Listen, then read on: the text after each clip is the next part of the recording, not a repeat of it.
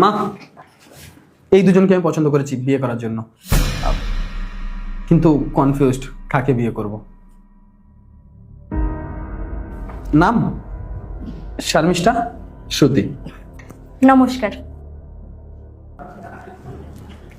না না, তোমাকে নিয়ে ওদের কেন কোনো প্রবলেম হবে? ওদের কোনো প্রবলেম নেই। ইভেন ওদের দুজনেরও আমাকে পছন্দ বিয়ের জন্য। জল। ও শর্মিষ্ঠা, বলছি কিচেনটা ওদিকে, মায়ের জন্য একটু জল এনে দেবে? আমি? হ্যাঁ, কেন কোনো প্রবলেম আছে? না না, ঠিক আছে, আমি যাচ্ছি।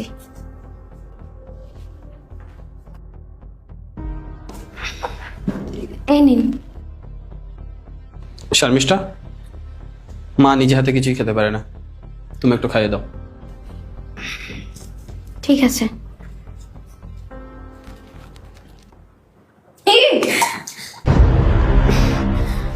আমি পারবো না এসব। কি করলে তুমি? মাকে পুরো ভিজিয়ে দিলে।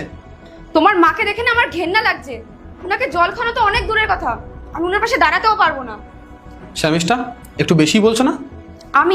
আমি বেশি বলছি? তুমি ওনার অবস্থাটা দেখো। আমি কি অন্য কেউ না 5 মিনিট ওনার সামনে দাঁড়াতে পারবে না। শর্মিষ্ঠা, এটা সবারই সাথে হতে পারে, এতে এমন রিয়াক্ট করা কি আছে? দেখো বুবুল, তোমার যদি আমাকে বিয়ে করতে হয় না, তাহলে বিয়ের পরে তোমাকে আমার সাথে একা থাকতে হবে। আর আমি তোমার মাকে না পারবো দেখাশোনা করতে, না পারবো ওনার খেয়াল রাখতে। যে আমার মায়ের খেয়াল রাখতে পারবে না, তাকে আমি বিয়েও করতে পারবো না। কি? তুমি আমাকে ছেড়ে দিচ্ছ, তাও তোমার মায়ের জন্যে? শোনো, তুমি না সারা জীবন পস্তাবে। তুমি যদি আজ আমাকে ছেড়ে দাও না, তুমি আমার মতো মেয়ে সারা জীবন আর কোথাও পাবে না। আর শোনো, তোমার মাকে দেখবে, তোমার মার খেয়াল রাখবে, এরকম কোনো মেয়ে না তুমি কোথাও পাবে না।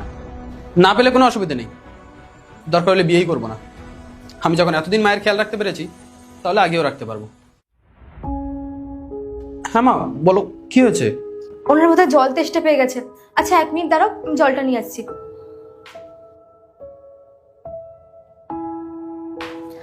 আন্টি নিন।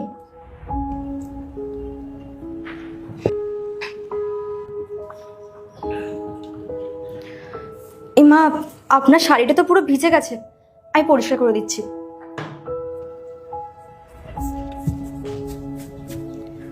কিন্তু এভাবে তো পরিষ্কার হবে না। আচ্ছা বুবুল, বলছি ওনার রুমটা কোন দিকে আছে আর ওনার শাড়িগুলো কোথায় আমাকে একটু বলে দেবে? আসলে ওনার শাড়ি না পুরো ভিজে গেছে, চেঞ্জ করাতে হবে। ওটাই মায়ের রুম।